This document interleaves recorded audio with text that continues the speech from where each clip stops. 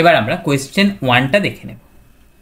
Question 1-এ কি বলছে দেখো, আ হলো sphere of external radius capital R and thickness is small T which is very very less than capital R is made of a metal of density rho. Okay, তাহলে আমাদের এখানটাতে কি বলে দিয়েছে, একটা হলো স্ফিয়ার যার রেডিয়াস বলে দিয়েছে কত না ক্যাপিটাল আর।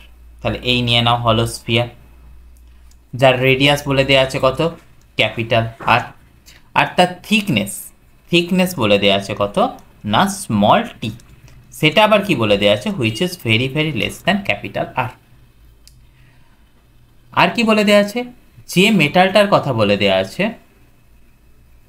সেই মেটালটার ডেন্সিটি বলে দেওয়া আছে, সেই মেটালটার ডেন্সিটি কত বলে দেওয়া আছে না রো। ওকে, দিয়ে আমাদের কি বলেছে, the sphere will float in water.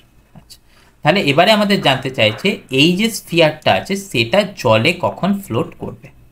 আমরা সবাই জানি, কি জানি না ফ্লোটেশনের কন্ডিশন কি, ফ্লোটেশনের কন্ডিশন হচ্ছে কি না বায়োয়েন্ট ফোর্স, সেটাকে কি হতে হবে না greater than equal to weight force হতে হবে।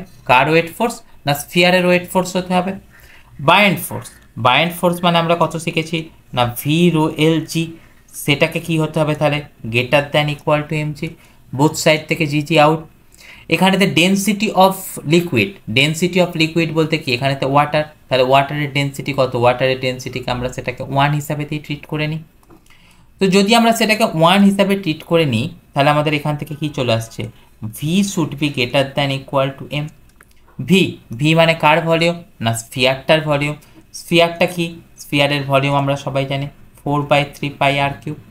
সেটাকে কি হতে হবে না গ্রেটার দ্যান ইকুয়াল টু কি হতে হবে না মাস অফ দ্য স্ফিয়ারের মাস কত হবে, স্ফিয়ারের মাস বলতে গেলে আমরা কি বলতে পারবো ডেন্সিটি ইন্টু ভলিউম। এখানে কিন্তু পুরো ভলিউম নয়, আমাদের কোন ভলিউমটা না ওই স্মল টি থিকনেসের জন্য যে স্ফিয়ারটা তৈরি হয়েছে তার ভলিউমটা। ওকে, তাহলে সেই ভলিউম পেতে গেলে আমরা কি করতে পারবো না সারফেস এরিয়া ইন্টু থিকনেস, তাহলে সেটাকে আমরা কি লিখতে পারবো ডেন্সিটি সারফেস এরিয়া কত না সারফেস এরিয়া হচ্ছে 4πr² ইন্টু থিকনেস, সেটা ইকুয়াল টু কত চলে আসছে 4/3 πr³। এবারে তো দেখো আমরা বোথ সাইড থেকে কি কি ক্যান্সেল করতে পারি, 4 আউট, পাই আউট, এখানে r², এখান থেকে একটা আর রয়ে গেল।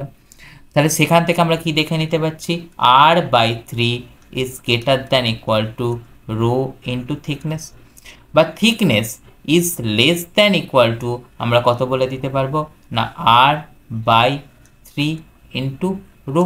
তাহলে এই জিনিসটা দেখে নেব কোন অপশানেতে দিয়ে দেওয়া আছে, দেখো কি দেওয়া আছে T is less than equal to r/3 rho, সেটা আছে কোনটা অপশান বি এর ক্ষেত্রে।